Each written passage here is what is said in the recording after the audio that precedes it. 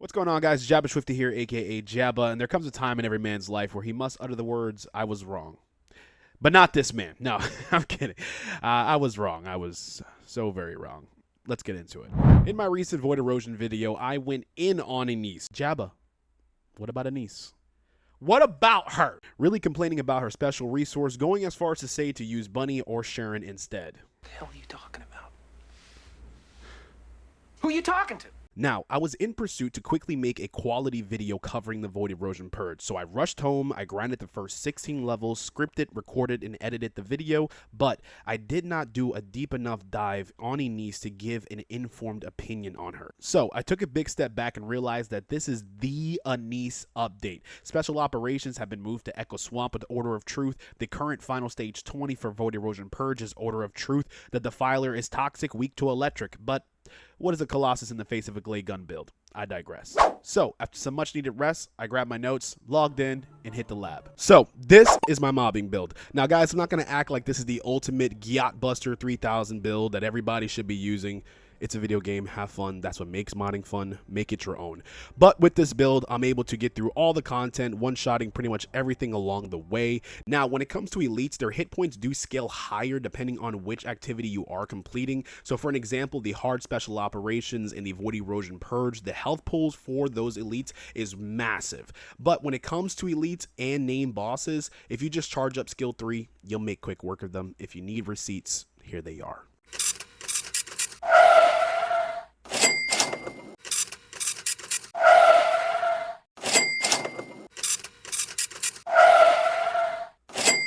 So if there's anything I would change out, I would probably switch out Spear and Shield for skill expansion. That's going to do a couple of things for Ines. Number one, first and foremost, is going to make the Snare Hunter encompass a wider area, applying Conductor to way more enemies, way quicker, way easier. But then it's also going to take skill number one, Floating Lightning. Now, Floating Lightning typically only hits up to 4 enemies, but when you add skill expansion, you add skill effect range to it, it does hit more enemies. So when I was doing some testing in the laboratory, I was getting it to hit up to 7 of the enemies, which is pretty dope. So that's something to have kind of in your back pocket.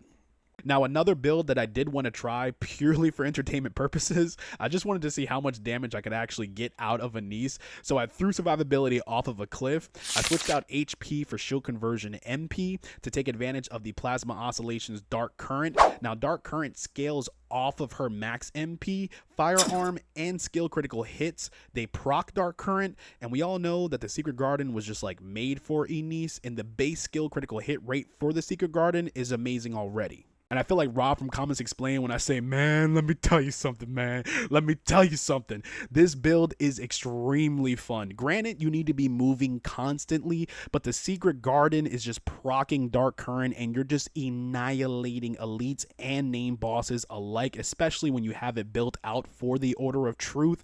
And again, man, that's what modding should be about. It should be about having fun, testing things out, experimenting, and just enjoying the game while you play. All right, quick pit stop at the external components. Now, until the new expansion comes out and we get some better options to kind of choose from, if you're looking to do more damage, you're going Slayer set.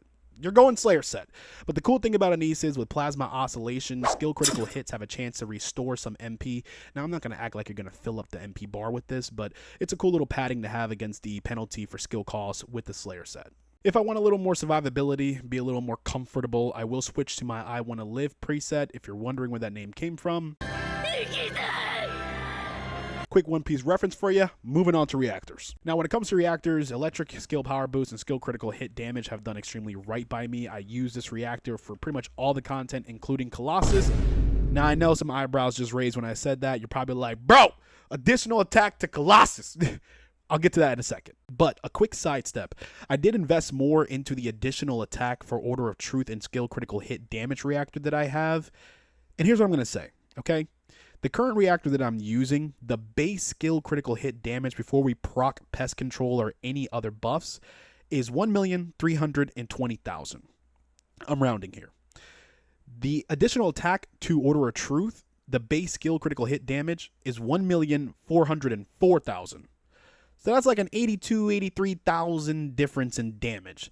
Now, is that really going to make a difference? I don't know, but I'm curious enough to try to find out, and maybe I'll get a placebo effect from it and be like, oh my God, this 80,000 damage is exactly what I needed. I'm killing them so much faster now. I don't know. Maybe I will, but We'll see. Okay, now I have prayed. I have fasted. I have done Hail Marys to RN Jesus, and he has rebuked me. It's like, I have not been able to get a reactor with additional Colossus attack with either skill critical hit damage or skill cooldown. At this point, I will take additional damage to Colossus with tech or electric skill power boost. Damn it, give me fusion. I don't know.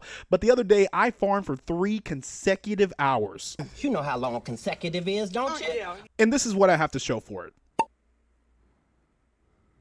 So I'm not having a good time, okay? Now, because of this is what my bossing build looks like at the moment. You're probably looking at this going, what the hell happened? Well, because I'm not getting the additional Colossus damage, I try to figure out a way to pull that damage from other sources, and I realized that the electric demon build that I kind of have going for myself is the most damage I'm getting out of Ines at this moment in time. So I just slapped on Dangerous Ambush, and it kind of worked out, to be honest. The fastest time I have right now for Defiler is 1 minute and 9 seconds, but I'm pretty sure that once I get the reactor that I need, or that I want, per se, 30-40 second runs for Defiler, easily achievable.